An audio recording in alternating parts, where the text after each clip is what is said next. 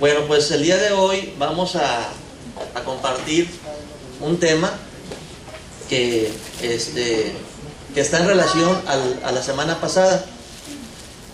El día de hoy vamos a compartir cuáles son las señales o las marcas que hay en una vida que está rendida a Jesucristo, ¿sí? Y eso nos va a hacer para que hagamos un alto en nuestra vida y hagamos un examen de conciencia, cómo estamos, si estamos verdaderamente en ese canal como Dios quiere que estemos, permaneciendo en Cristo. La semana pasada mi hermana Laura completó la serie de 7 milagros que vienen en el Evangelio según San Juan, y el último, ¿sí se acuerdan cuál fue el último? El último milagro que hizo Jesús, que viene relatado en el Evangelio según San Juan. Lázaro. Sí, Lázaro, sí. O sea, que viene siendo cuando nuestro Señor Jesús lo resucitó, ¿verdad? Y ahí viene en el Evangelio según San Juan, si quieren abrir sus Biblias, en el capítulo 11, del verso 25 y 26. Dice así la palabra de Dios en el Evangelio según San Juan, repitiendo lo que compartió mi hermana la semana pasada, de cuando Jesús le dice a Marta, antes de hacer el milagro, le dice: yo soy la resurrección y la vida, y todo aquel que vive y cree en mí no morirá eternamente. Y le hace una pregunta muy importante que es personal: ¿crees esto? Esa pregunta se la hace a ella y se la hace a cada uno de nosotros, nuestro Señor Jesús. Si hacemos un recordatorio del simbolismo más o menos de cada milagro, nosotros como cristianos, los que ya tenemos un camino de conocer a Dios y que le hemos entregado nuestra vida a Dios y que hemos tenido ese encuentro personal con Cristo, porque se necesita tener un encuentro personal con Jesús. No el cristianismo es un estilo de vida, es una disciplina en la cual tú tienes una relación personal con Dios, directamente con Dios. Y todo tiene un principio, y ese principio es que se genere una relación personal, consciente, entre tú y Jesucristo. Que tengas ese encuentro personal. Por eso nuestro Señor Jesús, antes de hacer ese milagro, les refería una predicación, una enseñanza, y les decía en el capítulo 10 de ese mismo evangelio, les decía lo siguiente, decía en el capítulo 10 verso 27, Jesús les decía: mis ovejas oyen mi voz, y yo las conozco y me siguen. Yo les doy vida eterna y no perecerán jamás, ni nadie las arrebatará de mi mano. Nuestro Señor Jesús reconoce a sus ovejas, pero yo, para ser una oveja de Jesús, necesito conocer la voz de Dios, necesito conocerle personalmente. Por eso una relación, el cristianismo es más que una religión, es más que una serie de actos simbólicos externos, es una relación íntima de tu espíritu con el Espíritu Santo de Dios. Y se inicia cuando tienes un encuentro personal con Dios, cuando tú lo habías escuchado, le habías leído de Él, pero por alguna particular momento que viene, que ya lo vimos que es por su gracia, es porque Él te elige a ti. Dice la palabra: yo los elegí a ustedes no me eligieron a mí, yo los he elegido a vosotros. Entonces, cuando nos llama Jesucristo de manera personal, nosotros tenemos que ir a Él, nosotros tenemos que darle una respuesta a Él.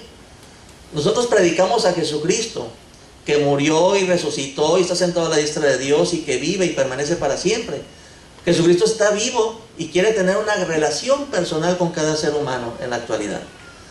Pero para ello nosotros tenemos que conocerle. La palabra conocer en la Biblia tiene una connotación íntima. La palabra conocer es como lo más íntimo que puede haber y que puede tener una persona con otra persona del sexo opuesto, que es una relación íntima sexual, donde se apartan solos, donde se apartan y se quedan en una intimidad, donde se conocen íntimamente, personalmente, físicamente, emocionalmente, y tienen una relación íntima sexual. La relación de matrimonio es conocer. Cuando dice la palabra: y Adán conoció a Eva, quiere decir que tuvo una relación íntima. Por eso la palabra de Dios, cuando dice que Dios conoce a los que son suyos, es que esa persona tiene una relación íntima, ¿sí? Personal, desnuda su alma ante Dios. Y esa relación personal íntima tiene que generar un cambio en su vida. Una persona que conoce a Dios, o una persona que profesa con sus palabras que conoce a Dios, tiene que tener cambio de vida, tiene que tener vida en abundancia. Tiene que experimentar, tiene que notársele que su mente, su corazón, su cuerpo está transformado porque ha tenido una relación íntima con Dios. De esa manera, por eso Jesús dice, yo conozco los que son mis ovejas, las ovejas yo las conozco. Mis ovejas oyen mi voz y me siguen. Una persona que tiene una relación íntima con Jesús es una persona que es dócil y obediente a Jesús. No podemos decir que conozco a Jesús y no le obedezco, porque me engaño a mí mismo.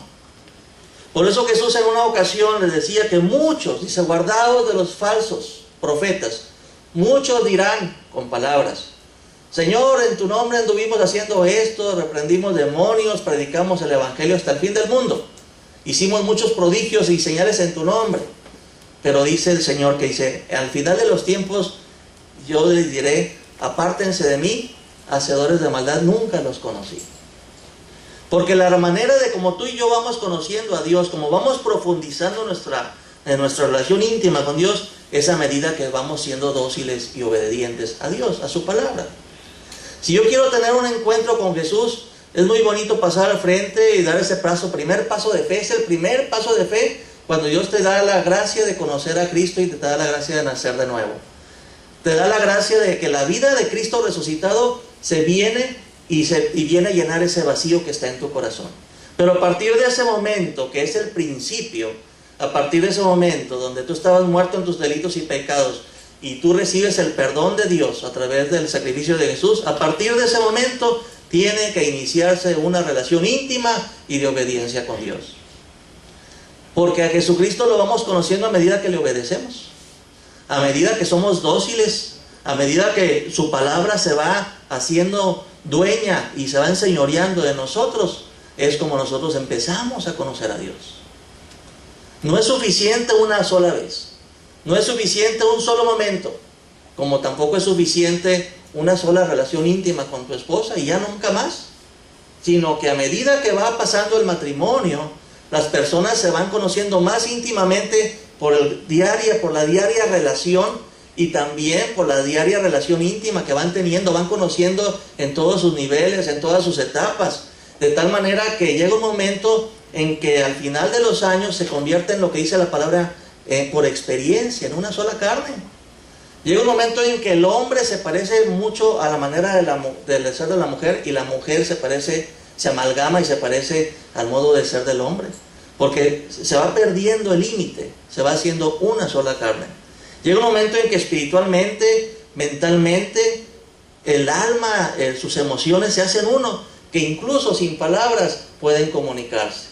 Llega un momento en que yo puedo presentir, percibir, sin que nadie me lo diga, el estado emocional de mi esposa, o ella también iba conmigo, porque nos vamos conociendo, vamos profundizando en todas las facetas que tiene mi personalidad con la personalidad de ella. Eso es lo que Cristo quiere tener con cada uno de nosotros como cristianos. El cristiano es un seguidor de Cristo, es una persona que día con día permanece en Jesucristo. Ahora, les comentaba que en las semanas anteriores estuvimos viendo el significado de cada milagro, más o menos lo que quería Juan poner por escrito.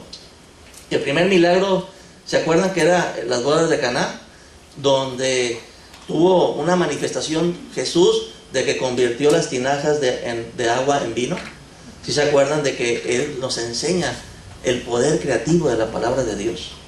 Yo como cristiano tengo que tener la experiencia del poder creativo de la palabra de Dios. No es suficiente leer el mensaje y saber, ya sé lo que pasó en las bodas de Caná.